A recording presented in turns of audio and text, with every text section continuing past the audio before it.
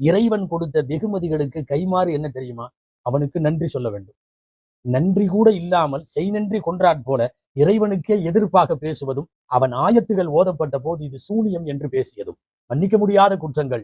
இறைவன் உயர்ந்த இடத்திலே அவன் வாழ்ந்தாலும் கியாமத்து நாள் வரை வர இருக்கிற ஜனங்கள் இப்படி ஒரு எதிரி இருந்தான் என்று வரலாற்றிலே வசைபாடி ஓதுகிற அளவுக்கு திருக்குர்ஆனில் ஒரு தீய பட்டியலில் இவன் பெயர் இடம்பெற்று விட்டது.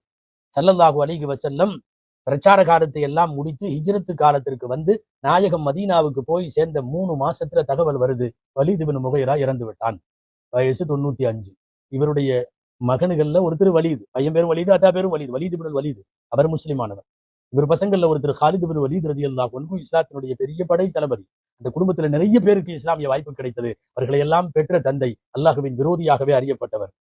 கணுக்கால்ல ஒரு கொப்பளம் வந்து அது புண்ணா மாறி அது பெரிய அளவில வெடித்து காலுக்கே இணை வைத்து அந்த காலுடைய வேதனையிலேயே வீங்கி போய் அதற்கு பிறகு 95வது வயதில் அவன் உயிரை மாய்த்தான் என்று வருகிறது. அன்பானவர்களே, திருமறையின் வசனங்கள் ஓதப்படுகிற போது கானலி ஆயாத்தினா அனீதா, என் ஆயத்துகளை அவன் புறக்கணித்து பிடிவாதமாய் மறுத்து கொண்டிருந்தான் என்று இல்லாமல் அல்லாஹ் சொல்லுகிறானே, எபுகூன வ யஸீதுஹும் குஷூஆ, ஆயத்துகளை ஓத கேட்டு அழுகுவார்கள்.